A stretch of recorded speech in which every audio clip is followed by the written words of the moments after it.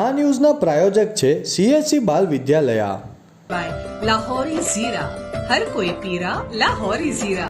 વલસાડના મોગાભાઈ હોલ ખાતે સ્વાતંત્ર્ય પર્વ નિમિત્તે ઉમિયા સોશિયલ ટ્રસ્ટ દ્વારા મેગા બ્લડ ડોનેશન કેમ્પ યોજાયો.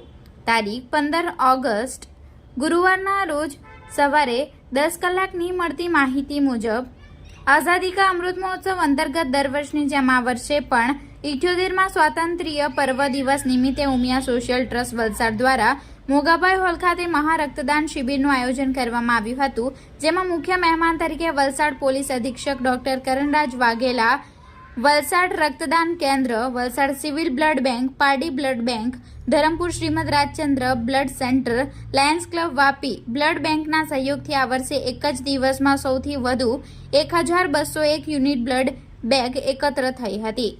આ વર્ષે કાળઝાળ ગરમીને ધ્યાનમાં રાખી લોકોમાં પર્યાવરણ વિશે જાગૃતિ ભાવના માટે ગ્રીન વલસાડની થીમ રાખવામાં આવી હતી, જેમાં વૃક્ષનું આપણા જીવનમાં કેટલું મહત્વ છે તે વિવિધ રૂપે બતાવવામાં આવ્યું હતું તથા મોદીજીનું એક પેડ માં કે નામ અભિયાન અંતર્ગત બધા રક્તદાતાઓને છોડ આપવામાં આવ્યા હતા.